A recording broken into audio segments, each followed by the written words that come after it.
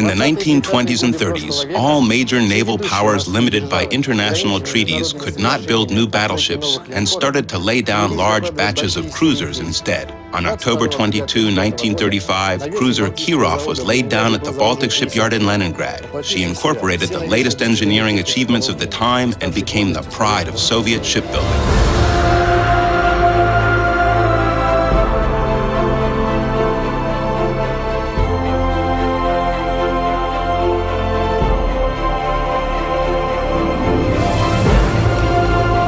Kirov was the descendant of the Italian Condottieri-class cruisers. Soviet engineers studied the documentation received from Italians and created an original design named Project 26. Still, you can tell by the cruiser's elegant silhouette that she is of Italian lineage.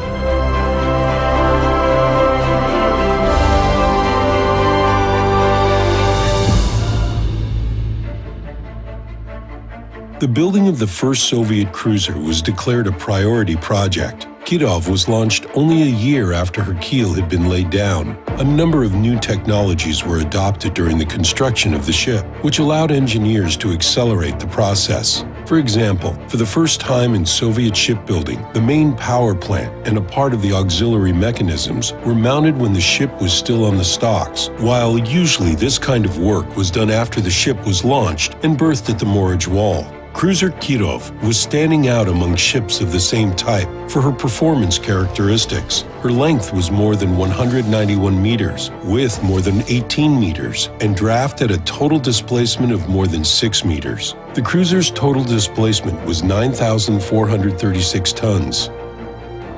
Kirov was equipped with a boiler and turbine two-shaft main power plant. During the delivery trials, the cruiser was able to produce more than 113,000 horsepower and almost reached a speed of 36 knots. The citadel protecting the main mechanisms, machines, artillery control posts, and magazines consisted of the armor belt, traverse bulkheads, and lower deck, all 50 millimeters thick. The primary armament turrets had the same armor.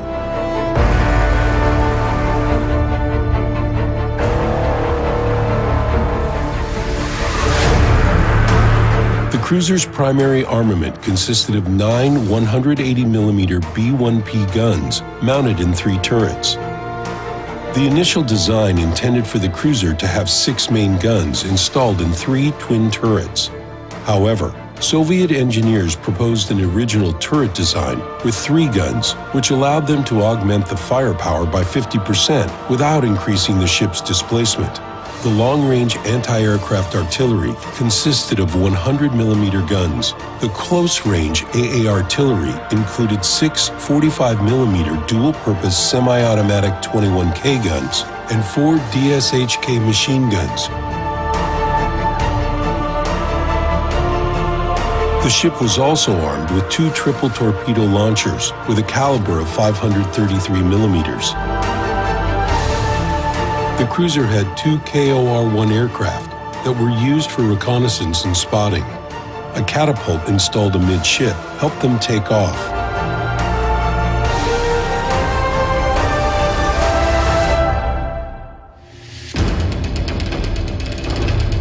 Kirov began service in the Baltic Fleet in 1938.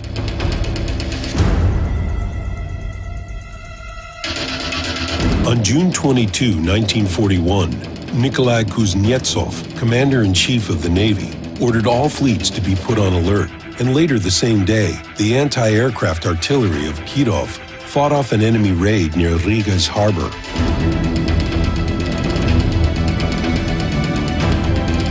The enemy experienced the full power of the cruiser's artillery for the first time when they approached Tallinn, where the Baltic Fleet was stationed. Shells from the Kirov's 180mm guns dispersed the enemy infantry and destroyed armored vehicles. The adversary didn't let this go unanswered. During 5 days of battle, more than 500 shells were shot at the ship and more than 300 bombs dropped. But thanks to skillful maneuvering and intense AA fire, Kirov managed to avoid serious damage. A quick advancement of German troops towards Tallinn led to the decision to evacuate the Baltic Fleet, the troops, and valuable industrial equipment.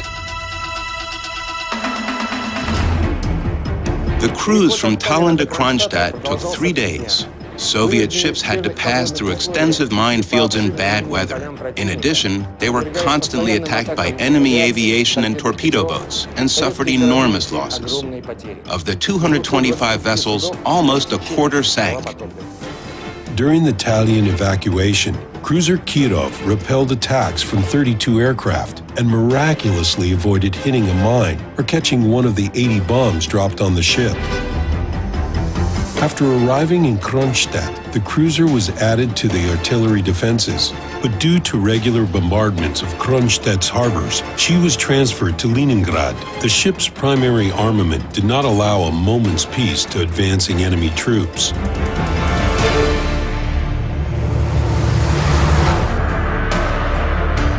In the spring of 1942, the German command planned Operation Ice Strike, which was aimed at destroying ships moored on the Neva River, including Kirov, with one massive air raid. However, the anti-aircraft artillery of the ships foiled enemy plans. After 2 days of attacks, German pilots managed to score only one direct hit. A bomb pierced the deck inside of Kirov and exploded in the water.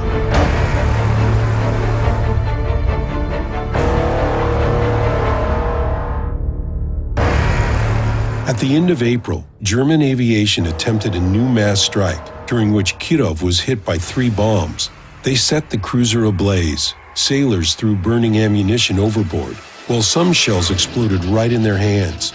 The loss of life among the crew was very severe that day. 86 people were killed and 46 wounded.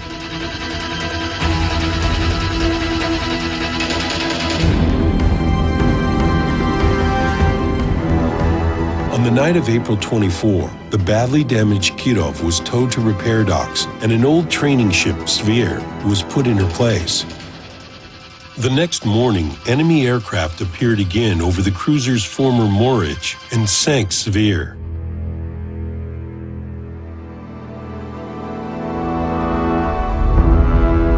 The repairs took 2 months, during which the anti-aircraft artillery of the cruiser was reinforced. By the end of June, Kirov took up a position near Universitetskaya embankment in Leningrad.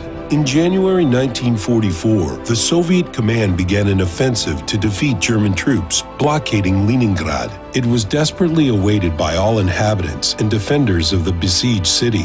Kirov, together with other ships, supported the advancement of the Soviet army by unleashing her primary armament on pockets of enemy resistance. For the successful combat actions and courage shown by her crew, cruiser Kirov was awarded the Order of the Red Banner. She was the first surface ship of the Baltic Fleet to receive it. In the evening of January 27, 1944, the cruiser's anti-aircraft guns fired blanks for the first time during the war. This way, Kirov saluted the end of the Leningrad blockade.